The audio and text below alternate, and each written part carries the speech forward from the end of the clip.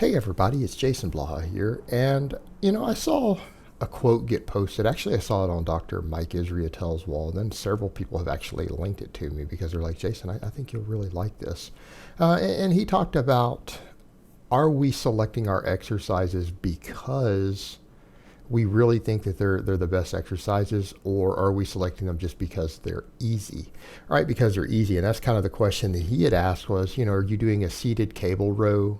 Are you doing a machine chest press? Are you doing a machine curl? Are you doing these things because you really think it's the best exercise for you to be doing? Or is it just because sometimes the really hard stuff, we just don't want to do it? We just don't want to do it. And the question that he asked is, if you were an outside observer looking in on your training, and believe me guys, I get a lot of that. People want to break down my form and technique on everything I do because I put every rep of every lift that I personally do up online. All my work sets, all of them go up online, and they have for almost a year now.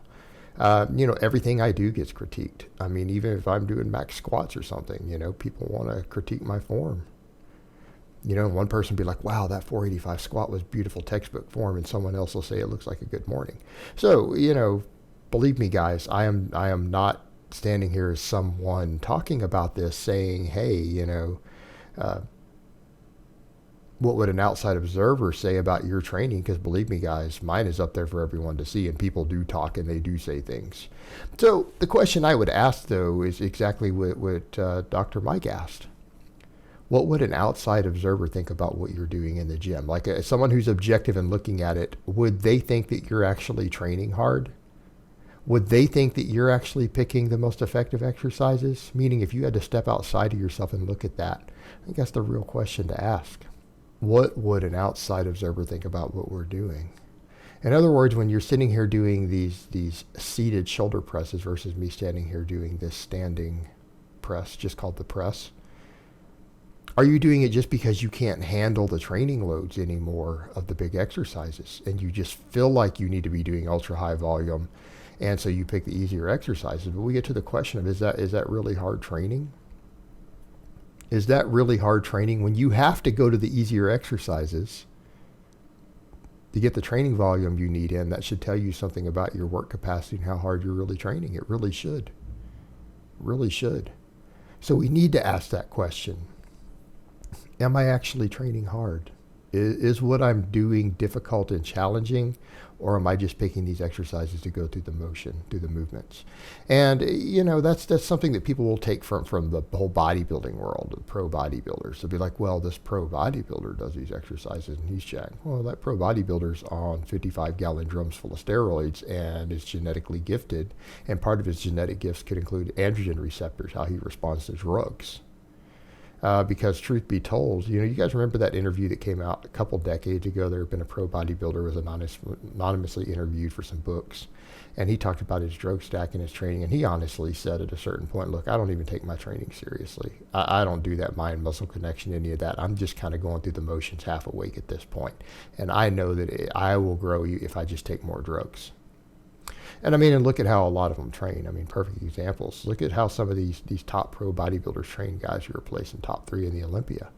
And you look at a lot of their training, they're just going through the motions. Sometimes they're just lightweight, chasing the pump partials. They're not really training that hard. And some people be like, wow, how could you say that? That's their jobs, that's their careers. Well, at a certain point, maybe they just don't have to train hard. And that shouldn't be your template for how you pick exercises. But we really need to look at this. And you look at these different exercises, and that's the question you need to ask. Do you really think those leg extensions, do you really think that machine leg press is going to give you the same development that a barbell squat is? Do you really and truly believe that? People will say things like, well, it isolates the legs. Since when has isolation ever produced more muscle growth? Since when has that ever occurred? What's the evidence for that? Because the evidence shows the opposite. When you look at the actual evidence, looking at different people, we don't have studies that actually confirm that adding isolation movements or attempting to isolate muscles produces more growth and more stimulation. It really isn't there. And honestly, guys, I mean, I make a pretty good living off YouTube. I make my living off this. And yes, I am rebuilding certain things and recompositioning actually successfully. I'm down over 40 pounds. And I am changing the way my body looks instead of just being a strength athlete. But truth be told, my actual income is on the line. If I honestly thought that there was evidence that these other exercises work, don't you think I would be doing them? I'm an evidence-based person, and I like making money. Don't you think that if the evidence was there, I'd be promoting it? I mean, let's be realistic here. Do you think I'd be doing this stuff? I mean, this affects my actual livelihood. So let's come back over to the point about what's effective and what works. For people whose career is really at the stake, it's important to know this stuff. And the difference between, again, these bodybuilders, how they train doesn't matter. They're genetic freaks on boatloads of drugs. They're going to be massive no matter what they do. That shouldn't be your template. So you need to ask yourself that question. Do you really and truly believe that that leg extension is going to build as much quad as heavy squats will? You know, people say things like, well, you know, squats to back is a limiting factor. You're thinking of knee wrap squats. You're thinking of equipped squats, not raw squats. Not raw squats with your bare knees exposed to the air, nothing wrapped around them. Your quads are the limiting factor. And if your back had become the limiting factor, it's because you did too much leg press and too much isolation in one-legged work. You created that yourself. You created that situation. That's not the way it was naturally. That's not the normal state of your body under training. That's an artificial environment you created by doing all these exercises that don't use your back at all while training your legs. You created that. It might be the case, but it's an artificially created situation that you created with imbalanced training. I'll let that sink in. Because you chose to train a lazy way and an easier way, you now have an imbalance where this muscle becomes a limiting factor, right? That's a product of poor training. That's a product of poor exercise selection. That's not the way it's supposed to be. It's not the way it would be if you actually did squats from day one for your legs. Wouldn't be the case at all, would it? So the people who talk about that, they've created that. But you really think that that's the case? I mean, does anyone really think, look at the standing press right there. Does anyone really and truly think you're going to gain more muscle doing a seated half rep with a dumbbell versus this? All the extra muscles that are involved? Given that isolating muscles doesn't produce more muscle growth, what do you think is going to put more size on you? That standing barbell press?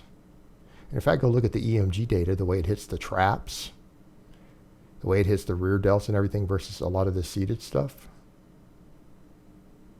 It hits those a lot harder.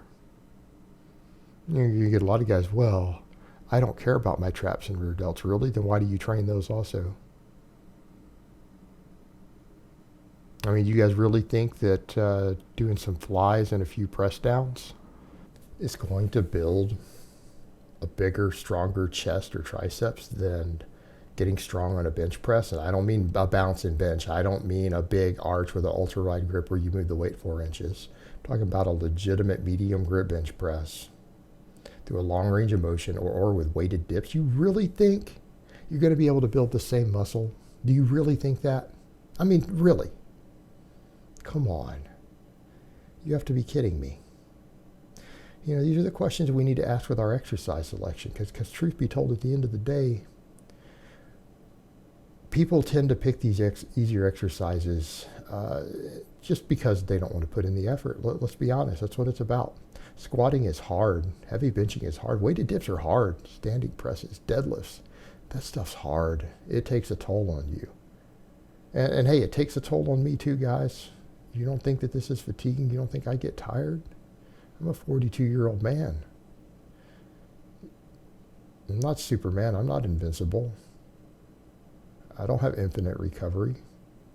But you know what? This is the stuff that works. This is the stuff that gets it done. And the only people who are telling you otherwise are using nothing but drugs to get there. It's all drugs, guys. It really is. And, people want to justify their training so that when they don't get the results, they don't gain muscle, they don't get bigger, they don't reach maximum objectitude, then they can complain. They can complain about something. Then, I put in the work. I don't know why I got there. I trained my ass off. Okay, guys. Maybe you're really not training as hard as you think you are. All right, guys, well, that's really all I have to say on that today. I hope it's been informative, and I will talk to you guys next time.